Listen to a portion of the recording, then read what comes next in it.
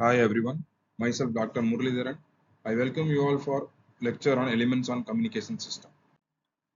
The purpose of communication system is to transmit an information from one end to another.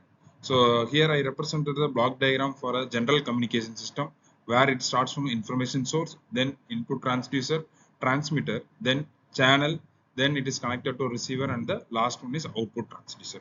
We will see one by one what is the blocks, how it is going to represent. In general, there are various messages which is available in the form of words or group of words or codes or symbols or sound signals. The main function of information source is to produce a required message which has to be transmitted. So the transducer is connected to the information source which will be converting a one form of energy into another form. If the message produced in the information source is not an electrical in nature, then the input transducer will take care of converting into the time varying electrical signal. For example, if we consider radio broadcasting, microphone will convert the information or message signal into the form of sound waves into the corresponding electrical signal.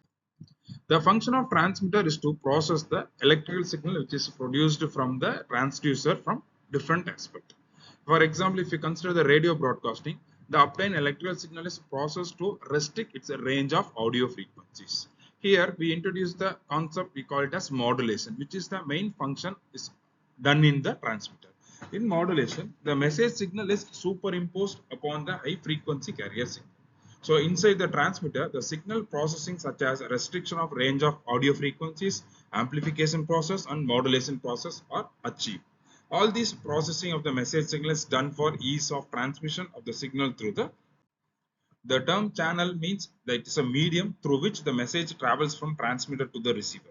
The function of the channel is also to provide the physical connection between the transmitter and receiver.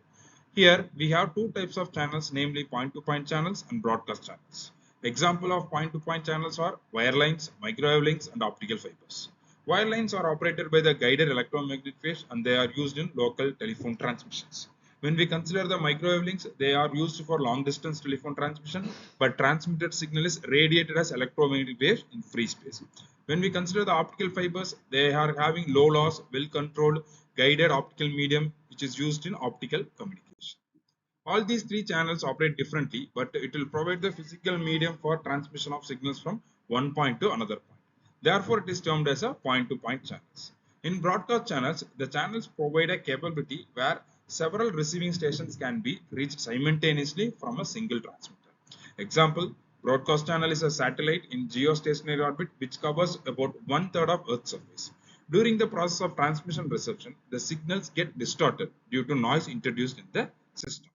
So noise signal is an unwanted signal which always interfere with the required signal and it will affect the process. So the main function of receiver is to reproduce the message signal in electrical form from the distorted received signal.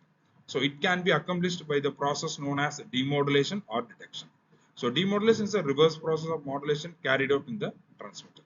Destination or output transducer is the final stage used in the convert the electrical message signal into a original signal. Example, in radio broadcasting, the destination is the loudspeaker which works as a transducer.